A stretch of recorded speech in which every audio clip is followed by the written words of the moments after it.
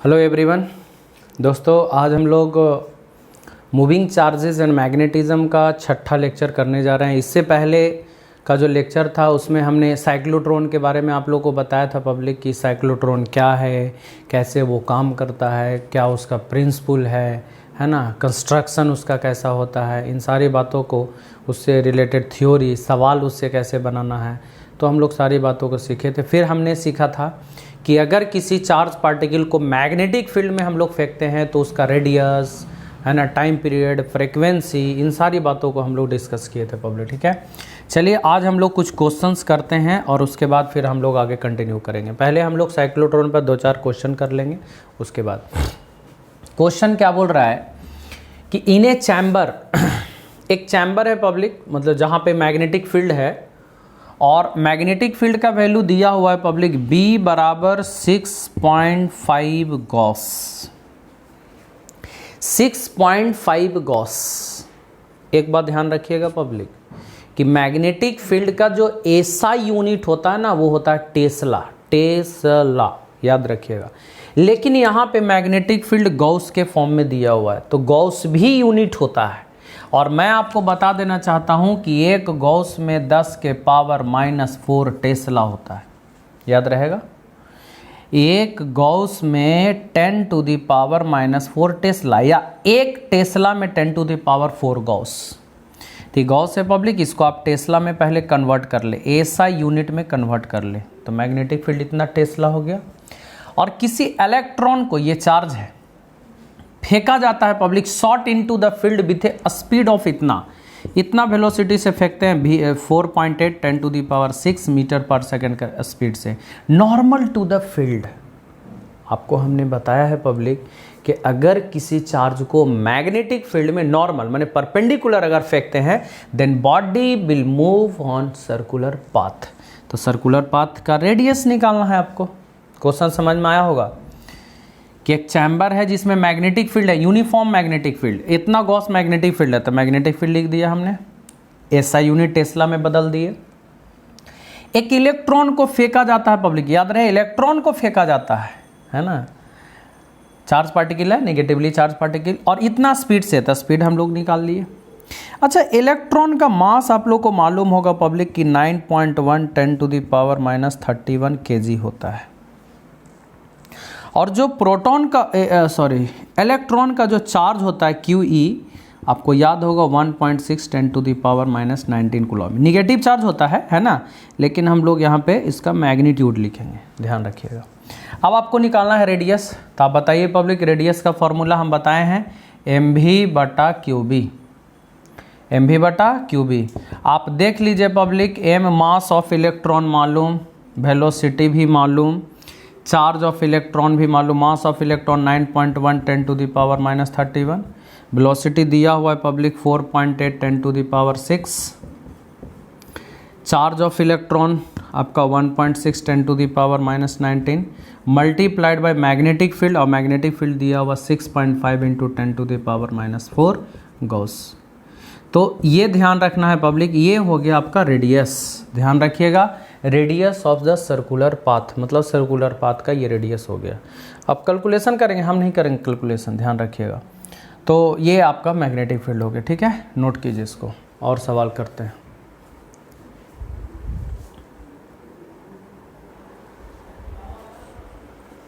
चलिए पब्लिक, हम लोग नेक्स्ट क्वेश्चन करते हैं।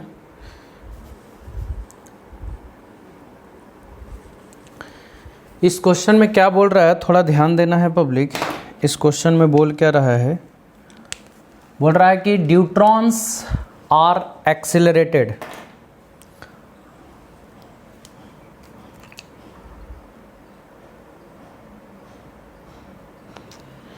ये न्यूट्रॉन्स को एक्सेलरेट कराया जाता है पब्लिक साइक्लोट्रॉन में। आप समझ रहे होंगे कि न्यूट्रॉन्स एक पॉजिटिवली चार्ज्ड पार्टिकल होता है। ध्यान रखिएगा, न्यूट्रॉन्स एक पॉजिटिवली चार्ज पार्टिकल होता है जिसका चार्ज इलेक्ट्रॉन के चार्ज के बराबर होता है। मतलब जो प्रोटॉन पर का चार्ज है ना, मैग्नीट्यूड, प्रोटॉन का जो चार्ज है वही न्यूट्रॉन का भी चार्ज होगा, लेकिन मास प्रोटॉन के मास का दुगना होता है है ना, ड्यूट्रॉन पर प्रोटॉन के मास का दुगना होता है, ध्यान रखिएगा। मतलब आप ऐसे लिख सकते हैं कि मास ऑफ ड्यूट्रॉन, प्रोटॉन का मास होता है 1.67 10 टू द पावर -27 kg, इसका दुगना कर दीजिए तो आ जाएगा 3.34, ऐसे आ जाएगा ना, गुने 10 के पावर -27 kg पब्लिक की मास ऑफ ड्यूट्रॉन हो गया। और चार्ज ऑफ ड्यूट्रॉन QD माने चार्ज ऑफ ड्यूट्रॉन जो हो गया पब्लिक, वो क्या हो गया, ड्यूट्रॉन कैपिटल D लिख दीजिए, 1.6 10 टू द पावर -19 कूलम। ध्यान रखिएगा। तो ये चार्ज और मास दिया हुआ है, या है ना, आप ध्यान से अपने भी से भी कर सकते हैं। अच्छा, बोल रहा है कि ड्यूट्रॉन मतलब पॉजिटिवली चार्ज पार्टिकल को साइक्लोट्रॉन में एक्सेलरेट कराया जाता है पब्लिक, और इसका फ्रीक्वेंसी दिया हुआ, मतलब आपको दिया हुआ है फ्रीक्वेंसी 10 के पावर 7 हर्ट्ज। ओके, और रेडियस भी डी का दे दिया है पब्लिक 50 सेंटीमीटर। पहले मीटर में आप कन्वर्ट कर लीजिए, तो 100 से डिवाइड करेंगे तो 0.50 मीटर होगा ना पब्लिक। तो ये हो गया रेडियस और ये हो गया फ्रीक्वेंसी। आपसे क्वेश्चन क्या पूछ रहा है कि what is the strength of magnetic field needed to accelerate the deuteron, मतलब आपको मैग्नेटिक फील्ड निकालना है। आप बताइए फ्रीक्वेंसी का फॉर्मूला, अभी मैंने बताया साइक्लोट्रॉन में फ्रीक्वेंसी, मतलब इससे पहले वाले लेक्चर में हमने बताया था कि फ्रीक्वेंसी का जो फॉर्मूला होता है वो क्या होता है पब्लिक, QB/2πm। यही बताए हैं आप लोगों को, QB/2πm के बराबर फ्रीक्वेंसी होता है पब्लिक साइक्लोट्रॉन का, है ना। आपको निकालना है B, तो यहाँ से अगर B आप निकालेंगे पब्लिक तो आप बता दीजिए क्या होगा, 2πmf और divided by Q public. 2πm हो गया मास, तो मास ऑफ ड्यूट्रॉन कितना है 3.34 into 10 to the power -27 into F हो गया फ्रीक्वेंसी, और फ्रीक्वेंसी पब्लिक 10 के पावर 7 हर्ट्ज, और डिवाइडेड बाय क्यू हो गया चार्ज, और चार्ज के जगह पे यहाँ पे देख लीजिए क्या लिखेंगे 1.6 10 टू द पावर -19। ये हो गया पब्लिक आपका frequency, sorry B magnetic field हो गया। इतना टेस्ला के बराबर मैग्नेटिक फील्ड होगा, ये तो निकल गया। दूसरा कह रहा है क्या, What is the energy of neutrons emerging from the cyclotron? जब ड्यूट्रॉन को हम लोग घुमाएंगे पब्लिक, तो निकलने के बाद इसका एनर्जी कितना होगा। एनर्जी मतलब आप काइनेटिक एनर्जी कह सकते हैं, ये पहला क्वेश्चन था। दूसरा क्वेश्चन काइनेटिक एनर्जी आपको निकालना है। आपको याद होगा हम काइनेटिक एनर्जी भी बताए हैं 12 mv² के बराबर। वेलोसिटी, अच्छा एक फॉर्मूला आप लोग को याद होगा पब्लिक, है ना, रेडियस का फॉर्मूला mv/qb होता है। तब v बराबर कितना होगा, qb/m होगा ना पब्लिक। ये रखने के लिए हम बोले थे, तो यहाँ से 12 mv के जगह पर देख लीजिए क्या होगा, qb/m और इसका होल स्क्वायर पब्लिक। m है यहाँ m² है, तो एगो m से m कट जाएगा तो बचेगा q² b² r²/2m। होगा कि नहीं होगा। अब आप देख लीजिए, आपको चार्ज मालूम है, ये है ना ड्यूट्रॉन का। मैग्नेटिक फील्ड यहाँ से निकल के आ ही जाएगा पब्लिक। रेडियस आपको मालूम है, एम मास मालूम है, सब रख करके निकालिए तो इतना जूल के बराबर आपका एनर्जी आएगा। तो आप ऐसा बोल सकते हैं कि मतलब फ्रीक्वेंसी अगर दिया हुआ तो मैग्नेटिक फील्ड निकाल लीजिए। मतलब फार्मूला वही चीज़ रहेगा, कोई नया चीज़ इसमें करना नहीं है, ठीक है। और काइनेटिक एनर्जी निकालना तो 12 mv² और वेलोसिटी का वैल्यू वहाँ से निकाल लेंगे, ठीक है। रेडियस आप जानते होंगे mv/qb, तो वहाँ से भी निकाल करके इसमें पुट कर दीजिए, जो आएगा वही आंसर, ठीक है। नोट कीजिए।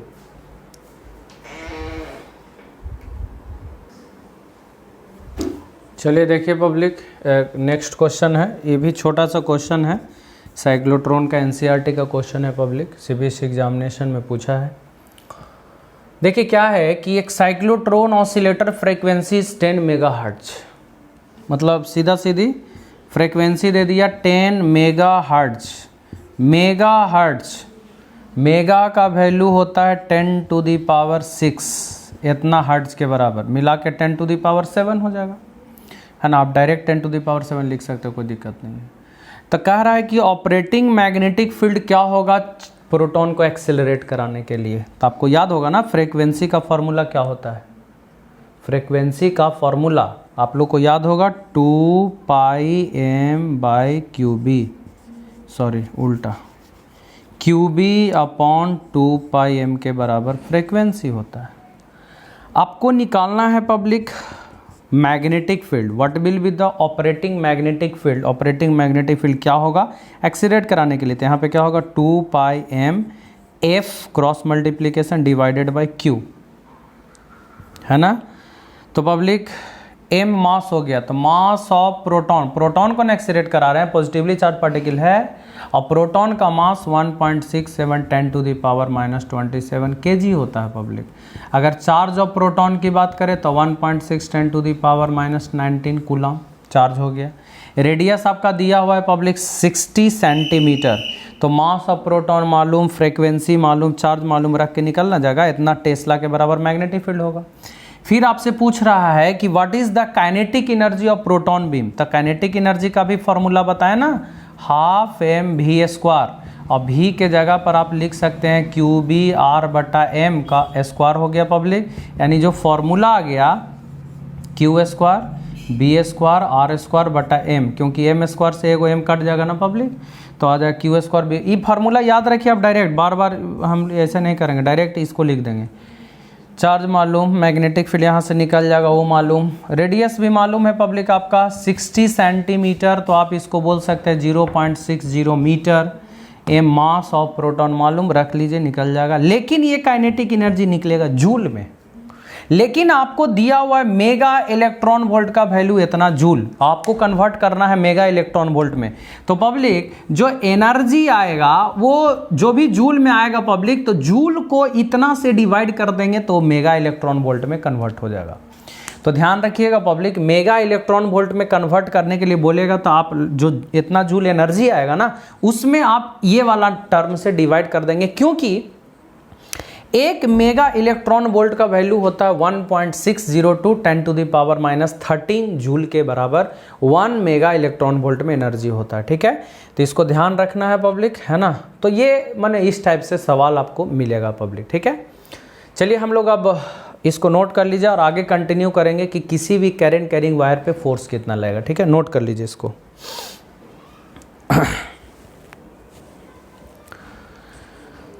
आगे चर्चा हम लोग करेंगे पब्लिक कि करंट कैरिंग वायर पे फोर्स कितना लगेगा।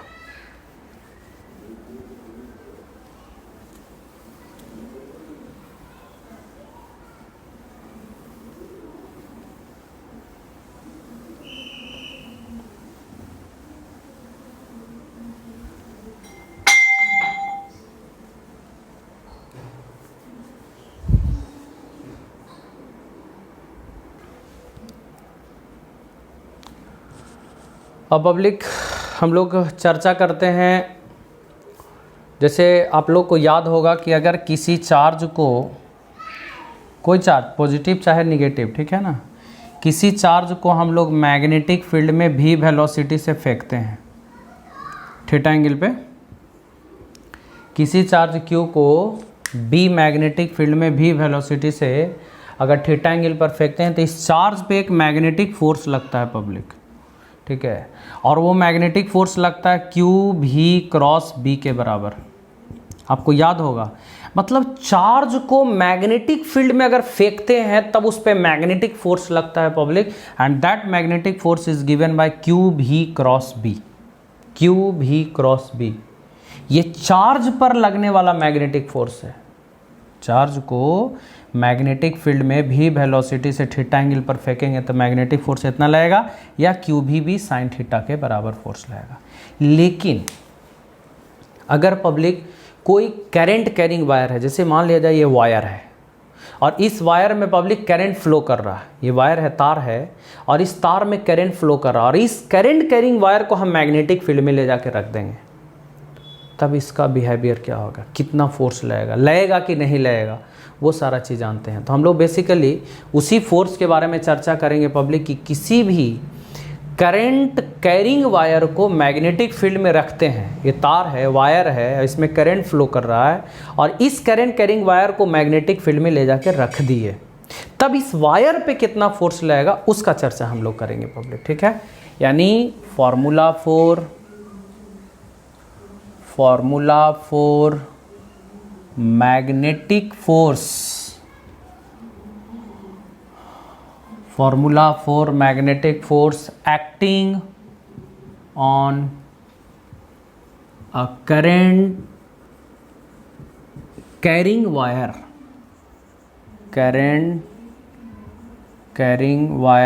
kept in magnetic field, kept in magnetic field। यानी कहने का मतलब ये हुआ पब्लिक कि formula for magnetic force acting on A current carrying wire kept in magnetic field, मतलब किसी करंट कैरिंग वायर को मैग्नेटिक फील्ड में अगर हम लोग रखते हैं पब्लिक, तो उस करंट कैरिंग वायर पे कितना फोर्स लगेगा हम लोग उसका चर्चा करेंगे। ठीक है, करंट कैरिंग वायर को अगर हम लोग मैग्नेटिक फील्ड में रखेंगे तो कितना फोर्स लगेगा। चलिए देखते हैं पब्लिक, ये एक वायर है, ठीक है, ये एक वायर है पब्लिक, और इस वायर का लेंथ L मान लिया और area of cross section A मान लिया। This is the cross sectional area और ये area of cross section A। तो आप देख लीजिए इसका जो वॉल्यूम होगा वो A इंटू L के बराबर होगा, मालूम ना, सिलेंडर ना है पब्लिक, और सिलेंडर का वॉल्यूम होता है pi r square H, pi r square हो गया एरिया और H हाइट मतलब इसका length L, A into L के बराबर वॉल्यूम हो गया। यानी कहने का मतलब कि ये वायर है पब्लिक, है ना, और ये वायर जो है पब्लिक, इसका length L, area of cross section A दिया हुआ है, तो वॉल्यूम जो होगा वो A इंटू L के बराबर इसका वॉल्यूम होगा। ध्यान रखिएगा, A इंटू L के बराबर इसका क्या होगा पब्लिक, वॉल्यूम होगा, वॉल्यूम इसका A इंटू L के बराबर। अब इस वायर में करंट फ्लो कर रहा है, चलिए पब्लिक करंट हम लोग I मान लेते हैं कि I करंट फ्लो कर रहा है। ऑब्वियसली करंट फ्लो होने का मतलब कि इसके अंदर में इलेक्ट्रॉन का मूवमेंट होगा, तभी तो करंट फ्लो करता है ना, पढ़े होंगे करंट इलेक्ट्रिसिटी में कि करंट फ्लो कर रहा है, इसका मतलब इसके अंदर में इलेक्ट्रॉन अपोजिट डायरेक्शन में मूव कर रहा होगा। इलेक्ट्रॉन इधर चलेगा तो करंट उधर चलेगा पब्लिक, तो इलेक्ट्रॉन मूव कर रहा होगा और ऑब्वियसली इलेक्ट्रॉन ड्रिफ्ट वेलोसिटी से चलता है। आप लोग को मालूम होगा कि रुक रुक के इलेक्ट्रॉन चलता है किसी भी कंडक्टर के अंदर में। तो ये हो गया पब्लिक करंट कैरिंग वायर। अब इस करंट कैरिंग वायर को हम लोग मैग्नेटिक फील्ड में रख दिए, तब वही बोल रहा है पब्लिक इस करंट कैरिंग वायर को magnetic field, current carrying wire मैंने वायर में करंट फ्लो कर रहा है और इसको मैग्नेटिक फील्ड में आप रखें तो इस पर कितना फोर्स लगेगा।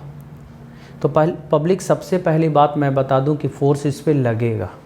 क्यों लगेगा मैं आपको बताता हूं। तो देखिए पब्लिक, इलेक्ट्रॉन तो चार्ज है, इलेक्ट्रॉन तो चार्ज है ना, यानी चार्ज है, और ये चल रहा है पब्लिक इधर की तरफ कुछ वेलोसिटी से चल रहा है, और ये मैग्नेटिक फील्ड मान लेते हैं इधर डायरेक्शन में। तो आप बताइए पब्लिक, दोनों के बीच के अंदर एंगल थीटा है, माने वेलोसिटी और मैग्नेटिक फील्ड के बीच का एंगल थीटा। आपको याद होगा कि किसी चार्ज को मैग्नेटिक फील्ड में vd वेलोसिटी से या v वेलोसिटी से थीटा एंगल पर फेंकते हैं तो उस पर मैग्नेटिक फोर्स लगता है, और कितना फोर्स लगेगा, QVB साइन थीटा के बराबर फोर्स लगता है। मतलब इस इलेक्ट्रॉन पे फोर्स लगेगा मैग्नेटिक फील्ड की वजह से, और इसके अंदर में एक इलेक्ट्रॉन होगा पब्लिक, एक चार्ज होगा, इसमें अनगिनत इलेक्ट्रॉन्स उसमें होंगे, और सब इलेक्ट्रॉन पे कुछ ना कुछ फोर्स लगेगा पब्लिक। और जब सब पे फोर्स लगेगा तो आप कह सकते हैं कि पूरे वायर पे फोर्स लगेगा, उसके अंदर में सारे चार्ज पर फोर्स लगेगा, इसका मतलब कि तार पे फोर्स लगेगा। तो वही चीज हम लोग को निकालना है कि वायर पे कितना फोर्स लगेगा। चलिए पब्लिक हम लोग डिस्कस करते हैं कि कितना फोर्स लगेगा। सबसे पहले इसके अंदर में हम लोग चार्ज निकाल लेते हैं। Let n be the number of electrons per unit volume। Public मैं आपको बता दूं कि मान लेते हैं इसके अंदर का number of electrons per unit volume n है, मतलब यूनिट वॉल्यूम में n इलेक्ट्रॉन्स है, n याद रखिएगा स्मॉल n। ये हो गया number of electrons per unit volume public, ठीक है। तो ये number of electrons per unit volume दिया हुआ है, तो टोटल नंबर ऑफ इलेक्ट्रॉन्स कितना हो जाएगा। कहने का मतलब ये हुआ पब्लिक कि यूनिट वॉल्यूम में n इलेक्ट्रॉन्स, तो Al वॉल्यूम में कितना होगा पब्लिक, तो n into L, n into L. Unit volume में n इलेक्ट्रॉन्स, तो Al वॉल्यूम में कितना हो जाएगा, तो n इंटू एल, इतना इलेक्ट्रॉन्स हो जाएगा, total number of electrons public. अगर टोटल चार्ज की हम बात करें, टोटल चार्ज की बात करें Q, तो आप बताइए एक इलेक्ट्रॉन का चार्ज E के बराबर, तो इतना इलेक्ट्रॉन का चार्ज कितना हो जाएगा NaL इंटू E के बराबर। एक इलेक्ट्रॉन का चार्ज E के बराबर 1.6 × 10⁻⁹, तो इतना इलेक्ट्रॉन का चार्ज इतना इंटू E के बराबर। अब देखिए पब्लिक, हम चार्ज निकाल दिए, किसके अंदर में इतना चार्ज होगा। अब चार्ज को मैग्नेटिक फील्ड में रखे हैं, फेंके हैं पब्लिक, वी वेलोसिटी से चल रहा है, तो फोर्स कितना लगेगा। तो यहां पे हम लिखते हैं force acting on the wire in magnetic field. कितना फोर्स लगेगा पब्लिक, तो जो चार्ज पर फोर्स लगेगा वही तार पर फोर्स लगेगा। तो मैग्नेटिक फोर्स का फॉर्मूला हम लोग जानते हैं QV साइन थीटा के बराबर, या QV क्रॉस B के बराबर। तो चार्ज तो हम लोग निकाल लिए, और जो चार्ज है माने इलेक्ट्रॉन है वो किस वेलोसिटी से चलेगा, ड्रिफ्ट वेलोसिटी से। B मैग्नेटिक फील्ड और साइन थीटा पब्लिक। तो जो चार्ज पर फोर्स लगेगा वही तार पे फोर्स लगेगा। तो टोटल चार्ज दिया हुआ Q का वैल्यू निकल गया public NaL into E। VD बोले तो ड्रिफ्ट वेलोसिटी। और आप लोग को याद होगा कि इलेक्ट्रॉन जब कंडक्टर के अंदर में चलता है तो ड्रिफ्ट वेलोसिटी का फॉर्मूला होता है I/ANE के बराबर। तो VD का वैल्यू हो जाएगा I/ANE। जिनको याद नहीं है याद कर लीजिए, करंट इलेक्ट्रिसिटी में पढ़ाया हुआ है पब्लिक कि इलेक्ट्रॉन कंडक्टर के अंदर में ड्रिफ्ट वेलोसिटी से चलता है I/ANE into B sine theta. कुछ कट रहा कटिए, A से चला गया, N से N चला गया, E से E चला गया, क्या बचा पब्लिक देखिए। तो मैग्नेटिक फोर्स का जो फॉर्मूला आया I, ठीक है, LB sine theta, LB sine theta. तो ILB साइन थीटा को हम लोग क्या बोल सकते हैं, अगर वेक्टर फॉर्म में लिखें तो AB साइन थीटा को वेक्टर A क्रॉस B बोल सकते हैं। तो LB साइन थीटा को हम लोग बोल सकते हैं vector L cross vector B। यानी कहने का मतलब ये हुआ पब्लिक कि अगर ये वायर है, इसमें करंट I फ्लो कर रहा है, इसका लेंथ L है, और इसको मैग्नेटिक फील्ड में आप रखे हैं, सिर्फ तार को फेंकना नहीं है, तार में तो करंट फ्लो ही कर रहा है पब्लिक, चार्ज चल ही रहा है। तो उस वायर पे जो फोर्स लगेगा IL क्रॉस B के बराबर लगेगा। मतलब करंट I, L हो गया length of the wire, B हो गया आपका मैग्नेटिक फील्ड। यानी किसी करंट कैरिंग वायर को आप मैग्नेटिक फील्ड में रखेंगे तो फोर्स जो लगेगा वो IL क्रॉस B के बराबर लगेगा पब्लिक। तो इसको ध्यान से एक बार देख लेना है, हम किए क्या क्या है देख लीजिए एक बार। सबसे पहले ये N number of electron per unit volume है, वॉल्यूम AL के बराबर होगा। तो यूनिट वॉल्यूम में N इलेक्ट्रॉन, तो AL वॉल्यूम में N इंटू L हो जाएगा। एक इलेक्ट्रॉन का चार्ज E के बराबर, तो इतना इलेक्ट्रॉन का पर का चार्ज इतना इंटू E के बराबर। ये चार्ज निकल गया।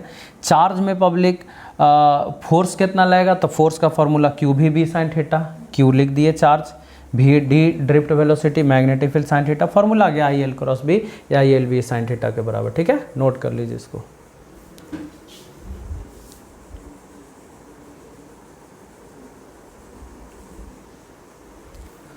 तो हम लोग फोर्स जाने पब्लिक कि अगर कोई भी वायर है, करंट फ्लो कर रहा है, लेंथ L दिया हुआ है, और इसको हम लोग मैग्नेटिक फील्ड में रख दिए, तो इस करंट कैरिंग वायर पे जो मैग्नेटिक फोर्स लगेगा वो कितना लगेगा IL क्रॉस B के बराबर, वेक्टर फॉर्म में है ना। और अगर इसका हम मैग्नीट्यूड की बात करें पब्लिक, तो IL क्रॉस B को हम लोग लिख सकते हैं LB sine theta. Vector A cross B को लिख सकते हैं ना AB साइन थीटा, तो ही L cross B LB sign theta के बराबर। ये मैग्नेटिक फोर्स हो गया पब्लिक। अच्छा, अगर हम थीटा का वैल्यू 0 डिग्री रख दें या 180 डिग्री रख दें, कहने का मतलब कि ये वायर है करंट कैरिंग वायर, मतलब ऐसे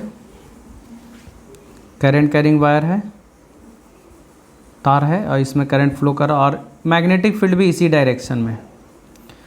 तो करंट भी इधर, मैग्नेटिक फील्ड भी इधर, सेम डायरेक्शन। थीटा का वैल्यू कितना डिग्री हो जाए, 0 डिग्री। या तो करंट कैरिंग वायर इधर, मैग्नेटिक फील्ड इधर है पब्लिक, तो थीटा का वैल्यू 180।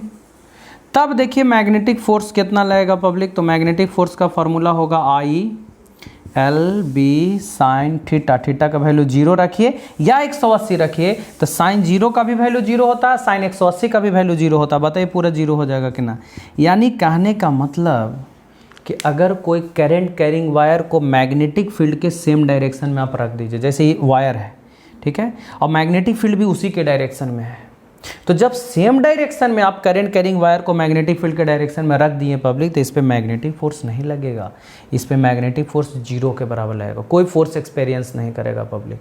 या मैग्नेटिक फील्ड इस डायरेक्शन में है और करंट कैरिंग वायर उस डायरेक्शन में है पब्लिक, करंट उसमें उधर फ्लो कर रहा है, तब भी इस पे फोर्स नहीं लगेगा, क्योंकि थीटा का वैल्यू तब कितना होगा 180, और साइन 180 का भी वैल्यू क्या होता है 0 होता है। लेकिन अगर आप थीटा का वैल्यू आप 90 रख दीजिए, थीटा का वैल्यू 90 कहने का मतलब करंट कैरिंग वायर इधर है और मैग्नेटिक फील्ड इसके परपेंडिकुलर है, तो करंट कैरिंग वायर के अगर परपेंडिकुलर मैग्नेटिक फील्ड हो तो मैग्नेटिक फोर्स का फॉर्मूला होता है ILB साइन थीटा, थीटा की जगह पर कितना 90 और साइन 90 का वैल्यू 1 होता है पब्लिक। तो ये मैक्सिमम मैग्नेटिक फोर्स एक्सपीरियंस करेगा, ये मैक्सिमम है क्योंकि साइन 90 का वैल्यू 1 होता है मैक्सिमम। तो ये मैक्सिमम फोर्स एक्सपीरियंस कब करेगा पब्लिक, जब magnetic field current carrying wire के परपेंडिकुलर होगा तब। मतलब मैग्नेटिक फील्ड इस डायरेक्शन में तार ऐसे ऐसे रखल रहे परपेंडिकुलर एक दूसरे के, तब जाकर किस केस में मैक्सिमम, यानी ये मैक्सिमम फोर्स एक्सपीरियंस करेगा पब्लिक, मैग्नेटिक फोर्स मैक्सिमम। और ये मिनिमम कह सकते हैं, नो मैग्नेटिक फोर्स है ना एक्सपीरियंस इसमें नहीं करेगा। तो इस बात को ध्यान देना है, माने 0 डिग्री या 180 डिग्री में कोई फोर्स एक्सपीरियंस नहीं करेगा, 90 डिग्री पे मैक्सिमम फोर्स एक्सपीरियंस करेगा, ठीक है। तो ये था पब्लिक, किसी भी करंट कैरिंग वायर को मैग्नेटिक फील्ड में रखेंगे तो इतना फोर्स लगता है। यानी 2 फार्मूला हमने बताया, ये दोनों फार्मूला को ध्यान दे देना है कि चार्ज पर जो मैग्नेटिक फोर्स लगेगा वो लगेगा Q क्रॉस B के बराबर चार्ज पर। यानी कि अगर किसी भी चार्ज को मैग्नेटिक फील्ड B में V वेलोसिटी से फेंकते हैं तब तो इतना फोर्स लगेगा, और किसी भी वायर को करंट कैरिंग वायर को मैग्नेटिक फील्ड में रखते हैं पब्लिक, है ना, तो उस पे फॉर्मूला लगेगा IL क्रॉस B के बराबर। तो याद रखिएगा ये दोनों फार्मूला, ये भी मैग्नेटिक फोर्स है, ये भी मैग्नेटिक फोर्स है, लेकिन ये चार्ज पर लगने वाला ही करंट कैरिंग वायर पे लगने वाला है। ओके, तो इसको ध्यान रखना है। तो इस लेक्चर में इतना ही पब्लिक, रहने दीजिए, अगले लेक्चर में इसका डायरेक्शन सिखाएंगे निकालने के लिए और सवाल करेंगे, ठीक है, नेक्स्ट लेक्चर में। Thank you.